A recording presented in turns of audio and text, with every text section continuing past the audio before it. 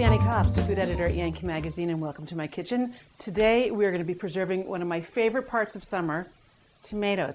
And canning tomatoes, we're actually not going to put them into cans or put them into glass jars, but canning is the term. It's really much easier than you would ever think. You know, the words like salmonella and bacteria and botulism get thrown around. It can make you scared, but if you're even a touch nervous, go to the USDA website or your local Ag Extension website. They will have all the information to set you at ease. The most important thing, work with pristinely clean. And when I mean pristinely clean, I mean sterilized equipment, jars, utensils. Wash your hands thoroughly, be prepared. And the other thing, work with fruit that is gorgeous. No bruises, no gaping holes, no mold, no suspicious characteristics whatsoever. And make sure that it's ripe and tasty. So to start with, we're going to make whole peeled tomatoes. How do you peel a tomato? I'm going to show you. First, you start with this end, not the root end, but this end, and score an X right into the bottom of the tomato. Don't go all the way through it, just a nice little X. Then pop it into boiling water. Now don't drop it in, you just want to slip it in the sides because you've got boiling hot water here. You're going to put the lid on it and let it go for about 2 minutes. Okay, then into an ice bath we go. Now you'd never just can 6 tomatoes like we have here. Start with at least 10 pounds, which is about a half a bushel. The more you have, doesn't matter. Okay, so there you go, look, that skin just peels right off. So into this bowl it goes. Voila. Okay, I'm just going to set this ice bath aside and keep continuing with our tomatoes.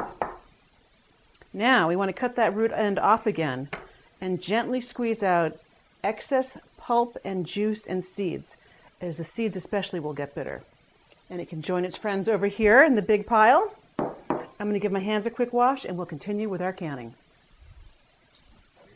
So again, this is a sterilized jar, and I just start with a pinch of salt and a basil leaf. I'm just going to stack as many of these whole peeled tomatoes as I can into this jar. So that's about the halfway mark. A little bit more salt. Okay, we're almost at the top. And you want to leave about 1/2 inch of space in there so that we can create a nice vacuum when we process it in the boiling water. But you do want to pack as many as you can in there. See? What do you say? One more? Yeah, one more. All right, one more still. Just a little one. Okay.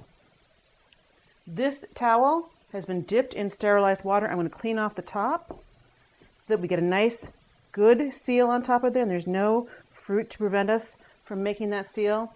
Now, because my hands have been touching all sorts of things and these lids have been sterilized, we are going to use a magnetic wand. And it's important that this seal is on top of the round part of the jar. Now, this is the most important seal. The ring that goes around it doesn't have to be super tight, but you want to keep that lid in place. So there you go. Now, I'm going to put this into boiling hot water for 40 minutes. Okay, now for our tomato puree. Very simple. I have one going already. In this big pot, I have just some plum tomatoes that I cut this root end off, cut them in half, and put them in a dry pan and let them cook for about 40 minutes until they release their juices and then starting to thicken up a little bit. So very hot. Next, we're going to puree them by passing them through a food mill. This is funnel is going to come in very handy in a minute. This is a food mill necessary for this project.